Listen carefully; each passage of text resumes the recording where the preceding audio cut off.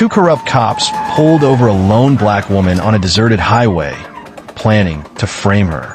They had no idea their perfect victim was the one person who could burn their entire corrupt world to the ground. The Texas sun was a merciless hammer, beating down on the asphalt until the highway shimmered, creating mirages of water that danced and vanished just ahead. Dr. Evelyn Hayes kept a steady hand on the wheel of her deep blue Honda Accord, the air conditioning a fragile shield against the oppressive heat. In the speakers, a calm, academic voice was deconstructing the leadership strategies of Roman generals, a podcast that felt a million miles away from this desolate stretch of road. For the last 3 days, she hadn't been Director Hayes of the Drug Enforcement Administration. She'd been Aunt Evelyn, the undefeated Mario Kart champion and maker of legendary chocolate chip pancakes. The memory brought a faint smile to her lips, a moment of peace before the predator appeared. It materialized in her rearview mirror with the suddenness of a bad omen. A patrol car, stark white against the scorched landscape, closing the distance with unnerving speed. It didn't flash its lights, not yet. It just hung there, inches from her bumper, a shark testing the water. Evelyn glanced at her speedometer. 43 in a 45 zone. Her hands, resting at 10 and 2, didn't tremble. Her heart rate remained steady, a testament to years of training in far more dangerous arenas. But a cold knot tightened in her stomach. This wasn't right. When the red and blue lights finally strobed to life, painting her car in frantic flashes of color, the feeling intensified. This wasn't a traffic stop. It was an ambush. She pulled onto the dusty shoulder, the car's tires crunching on gravel and dry weeds. The air outside was thick with the scent of hot dust, creosote, and the faint, sweet promise of a distant rain that would never fall. She watched in her side mirror as two officers emerged. Their movements were practiced, synchronized. The older one, Officer Miller, approached her driver's side window. He was a bull of a man, with a graying crew cut and a face weathered into a permanent scowl. A conspicuous silver watch glinted on his wrist as he moved.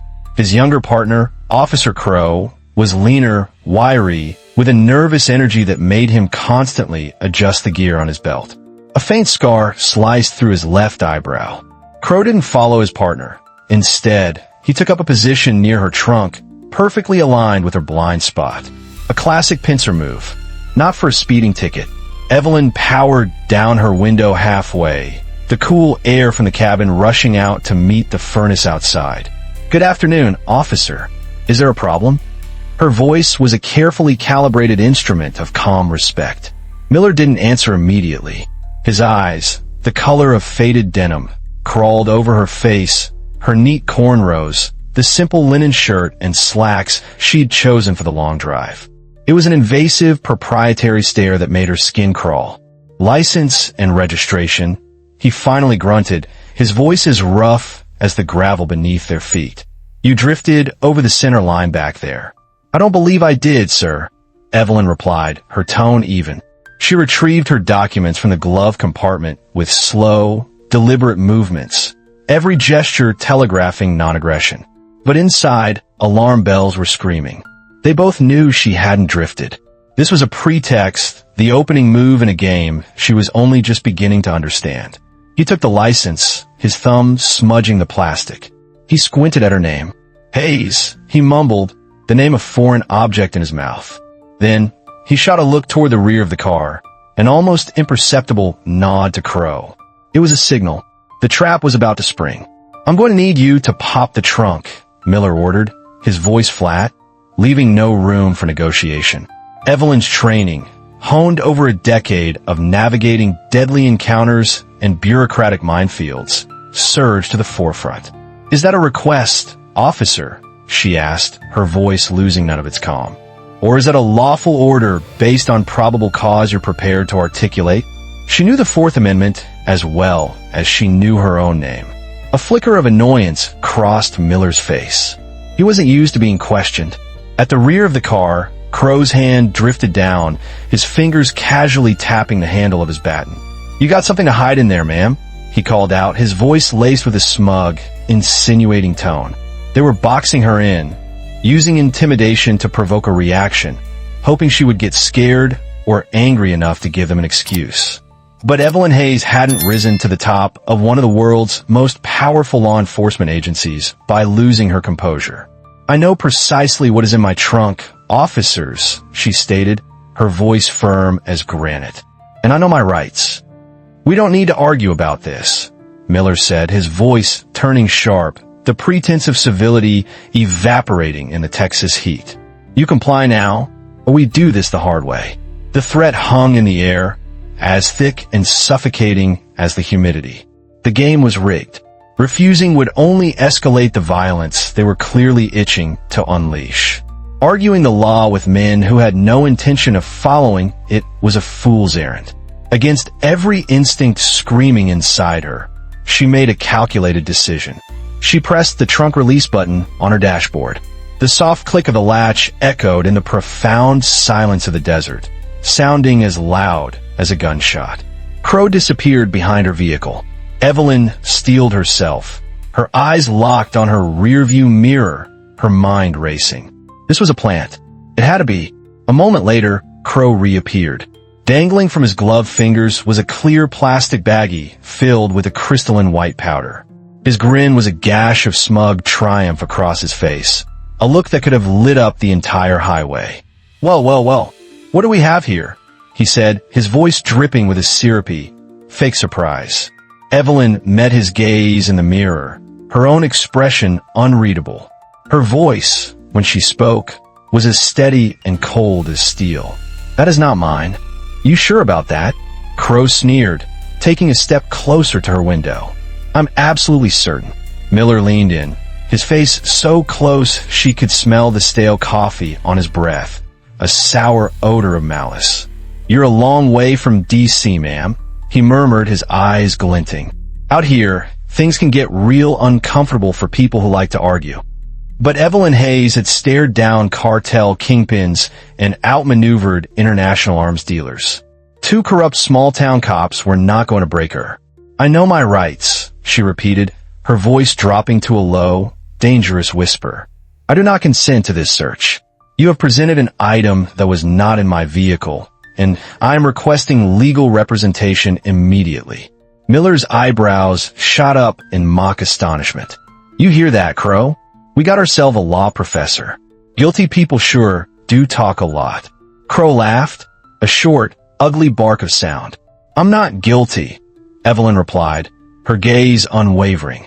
"And if you were confident in your case, you wouldn't need to hide behind insults. You and I both know this is an illegal stop." That's when Miller's mask of bored authority finally slipped, revealing the monster underneath. His face hardened like setting concrete. He stepped closer, using his bulk to loom over her. "That tone of yours," he growled, his eyes narrowing to slits. "You think you're someone special. Out here, people learn quick that a badge means you follow orders." Evelyn didn't flinch. She met his glare with eyes like chips of flint. "Then I suggest you follow the law yourself, officer. Get your supervisor on the radio." Now, for a split second, pure, undiluted fury flashed across Miller's face. The audacity of this woman, in this car on a stretch of road, telling him how to do his job. The moment stretched thin, charged with electricity, and then it snapped. "Get out of the car," he ordered, his voice a low, menacing growl. "No," she replied, firm and absolute. "Not without a supervisor present. You have no cause for arrest, and you are holding narcotics that you did not find in my car." She paused, letting the accusation hang in the desert air like a death sentence. The game is over. That's when Officer Miller completely lost control. With a snarl of rage, he wrenched her car, door open. The metal groaned in protest as he grabbed Evelyn by the arm. His fingers dug into her flesh like claws, and he hauled her from the vehicle. Crow moved in instantly, a blur of practiced violence. They slammed her against the side of her own car, the scorching metal searing through her linen shirt, her cheek pressed against the hot, dusty surface. The handcuffs were ratcheted on with deliberate cruelty, cinched so tight they bit deep in her wrists, a brutal metallic bite. "Not so tough now, are you?" Crow hissed in her ear. They didn't read her rights. They didn't state the charges. They just shoved her toward their patrol car. But even then, Evelyn kept her back straight and her chin held high. She would not give them the satisfaction of seeing her break. They had made a mistake. A fatal one. They thought they were lighting a match, but they had no idea they were standing in a powder keg. The police station smelled of stale coffee, industrial disinfectant, and the quiet desperation that seeps into cinder block walls over decades. It was the scent of cheap, soul-crushing bureaucracy. Evelyn was marched through a set of double doors into a booking area where a desk sergeant sat slumped over a computer, the picture of terminal boredom. Sergeant Riley, according to his nameplate, was a man whose body seemed to have given up the fight against gravity. His uniform was stretched taut at the buttons, and his face, puffy and unshaven, barely registered their arrival. He took Evelyn's details from Miller without making eye contact. Possession, obstruction, he mumbled, his pen scratching across a standard form as if he were writing a grocery list. Then he swiveled his worn office chair to his computer terminal and began typing, his fingers moving with sluggish familiarity. Ush, E, E, S, E, V, E, L, E, N. His fingers slowed. He leaned closer to the flickering CRT screen, his brow furrowed in confusion. A flag had appeared on his monitor. A small, red icon. Then another and another cascading down the screen like a digital avalanche. Riley's posture straightened. The boredom melted from his face, replaced by a wave of confusion, then disbelief, and finally, a surge of pure, undiluted terror. The screen glowed with an official Department of Justice seal, displaying a government photograph of the woman standing before him next to a title that made the air leave his lungs in a sudden, painful gasp. Director, Drug Enforcement Administration. Classification, Level 5, immediate federal contact required. The sergeant went pale as a ghost. The pen slipped from his numb fingers and clattered onto the desk. He looked up at Evelyn, truly seeing her for the first time, and his face was a mask of absolute horror. The woman in handcuffs was not just some unlucky motorist. She was one of the most powerful figures in federal law enforcement. "Ma'am, who didn't know?" he stammered, his hands shaking so violently he could barely lift them. He fumbled for the phone on his desk. I need to get a secure line. Right now." But Evelyn Hayes was already taking control. She took a step forward, and suddenly her presence seemed to fill the entire room. The steel cuffs on her wrists were no longer a sign of weakness. They were a symbol of Miller and Crow's colossal, career-ending mistake.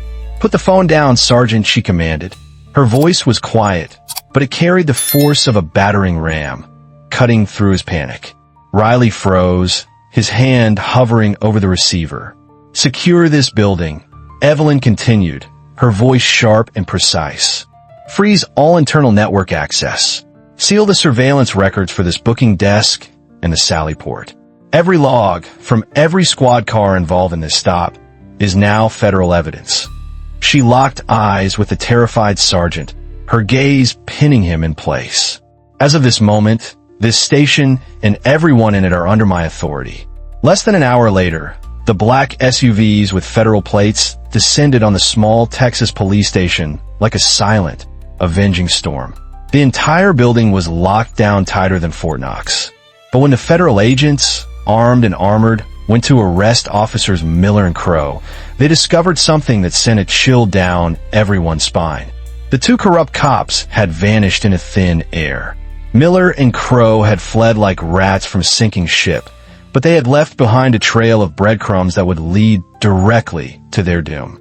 The bag of white powder they had planted was the first piece of the puzzle. Lab analysis came back in record time.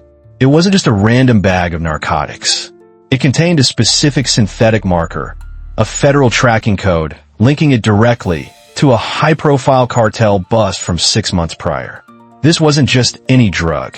This was evidence that should have been sealed in a secure DEA warehouse 1,000 miles away. They hadn't just framed a random woman. They had used the government's own evidence to do it. With the full weight of the DEA at her command, Evelyn began to rip open the department's records like a surgeon performing an autopsy. What she found was not just corruption, it was a hunting ground.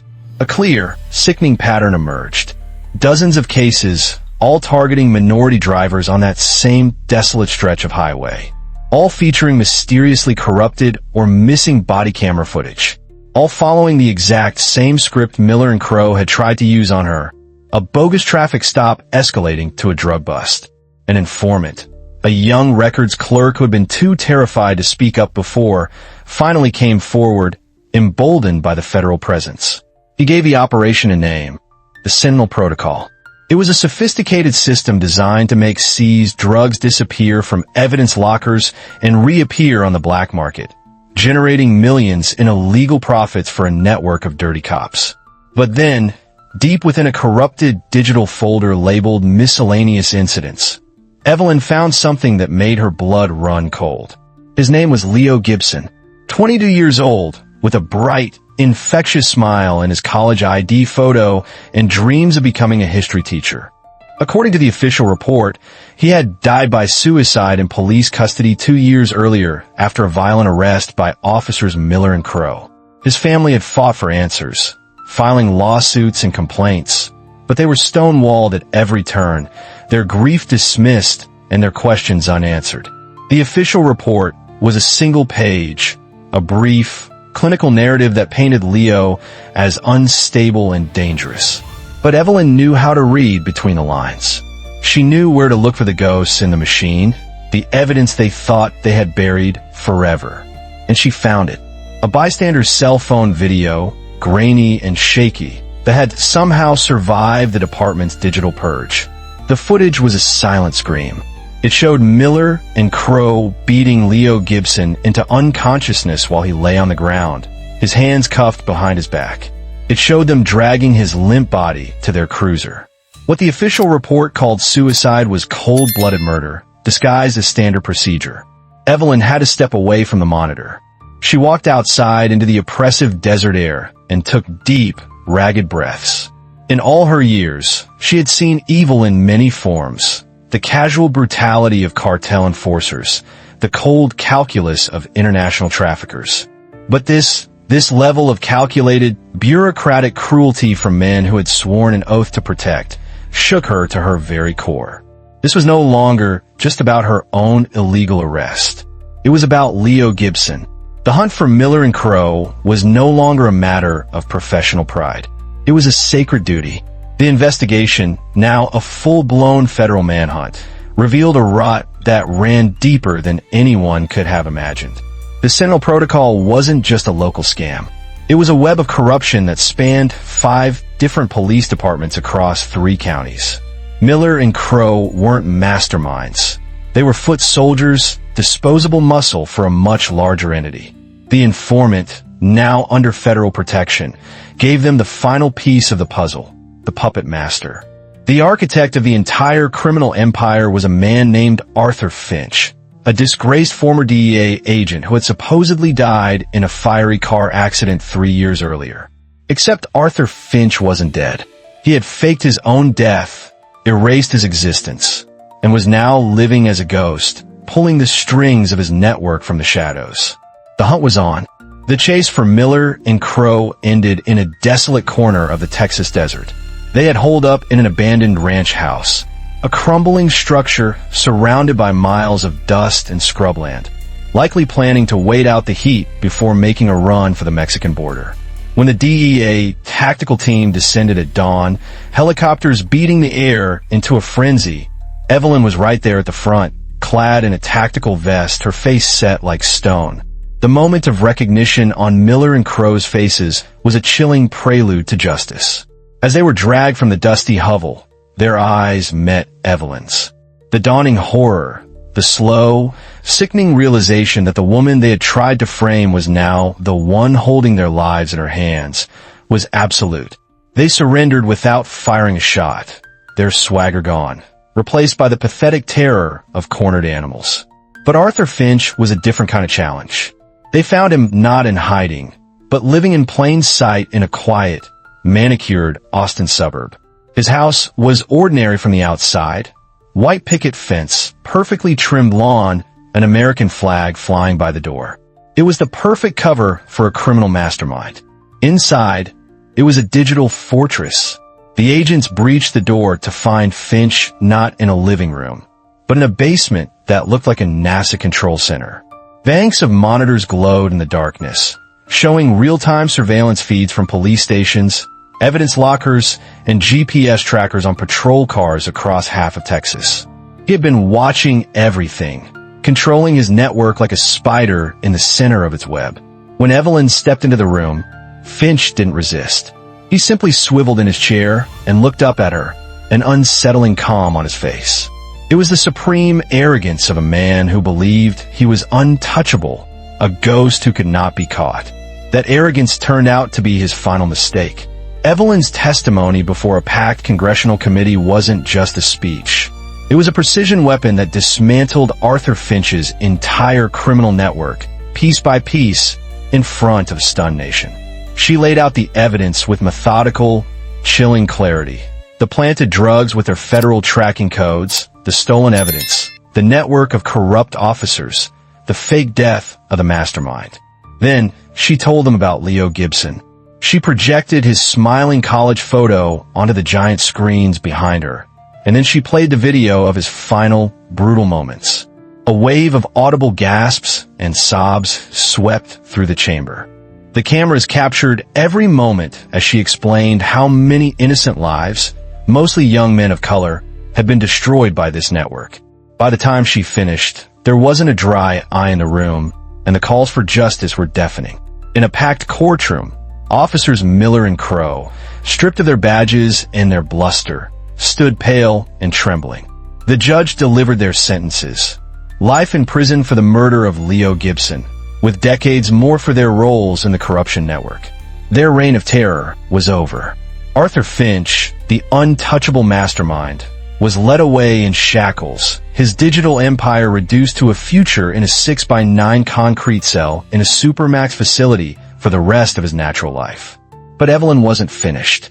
The Sentinel Protocol was burned to the ground. In its place, a new system was created, a sweeping reform bill passed with overwhelming bipartisan support. It was called the Gibson Initiative, named after the young man whose life had been stolen, but whose death would now protect countless others. Police body cameras were upgraded with tamper-proof, cloud-based technology. Evidence handling procedures were completely overhauled with real-time digital tracking. And most importantly, civilian oversight committees were given real, subpoena-wielding power to investigate misconduct. But here's the twist that nobody saw coming, not even Evelyn herself. During the deep dive into Finch's encrypted communications, they discovered that the targeting of her wasn't random at all. Finch had been monitoring federal communications and had identified Director Hayes as a significant threat to his operation months earlier. The routine traffic stop was actually a carefully planned assassination attempt. Not to kill her body, but to destroy her career and credibility by framing her for drug possession. If she had been just any other person, the plan would have worked perfectly. Finch had been playing a game of chess while everyone else was playing checkers. But he made one crucial, fatal miscalculation. He underestimated exactly how dangerous Evelyn Hayes could be when someone tried to destroy her life. His attempt to eliminate his biggest threat ended up exposing his entire criminal empire and bringing about his own downfall. Justice, Evelyn learned that day, rarely arrives like a thunderclap. More often, it arrives with the slow, relentless persistence of good people who refuse to be silenced. Leo Gibson's family finally got the answers they had fought for. The dozens of innocent people framed by the Sentinel Protocol had their convictions overturned.